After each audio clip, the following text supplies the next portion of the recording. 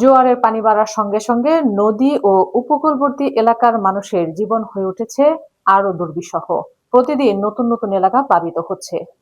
পানির তোড়ে ভেঙে যাচ্ছে কাঁচা ঘরবাড়ি, ডুবে যাচ্ছে বসতভিটা, রাস্তা ও ফসলি জমি। এ বিষয়ে বিস্তারিত থাকছে প্রতিবেদনে। অনেক পরিবার ইতোমধ্যে হারিয়েছে তাদের শেষ আশ্রয়টুকু। কেউ পরিবারের সদস্যদের নিয়ে আশ্রয় নিয়েছেন উঁচু সড়ক কিংবা বাঁধের উপর। আবার কেউ প্রতিবেশীর বাড়িতে মানবেতর জীবনযাপন কাটাচ্ছেন।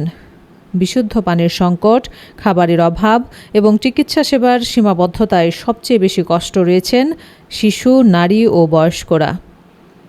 জোয়ারের লবণাক্ত পানিতে নষ্ট হচ্ছে পুকুর, টিউবওয়েল ও কৃষিজমি। গবাদি পশু নিয়ে বিপাকে পড়েছেন অনেক মানুষ। যোগাযোগ ব্যবস্থা ভেঙে পড়ায় প্রয়োজনীয় খাবার, ওষুধ এবং জরুরি সহায়তা পৌঁছানো কঠিন হয়ে পড়েছে। ভুক্তভোগীদের অভিযোগ, প্রতি বছর জোয়ারের পানি বাড়লেও স্থায়ী বাঁধ নির্মাণ ও নদী ভাঙন রোধে কার্যকর ব্যবস্থা নেওয়া হচ্ছে না। সাময়িকভাবে কিছুটা সহায়তা মিললেও দীর্ঘমেয়াদী সমাধান না হওয়ায় বারবার একই দুর্ভোগের শিকার হচ্ছেন তারা। স্থানীয়দের দাবি, দ্রুত ক্ষতিগ্রস্ত বাঁধ মেরামত, দুর্গত মানুষের জন্য খাবার, বিশুদ্ধ পানি, চিকিৎসা ও নিরাপদ আশ্রয়ের ব্যবস্থা করা হোক। জোয়ারের পানি শুধু বাড়ি ঘরেই বিলীন হচ্ছে না, ভেসে যাচ্ছে মানুষের স্বপ্ন, জীবিকা এবং নিরাপদ ভবিষ্যতের আশা।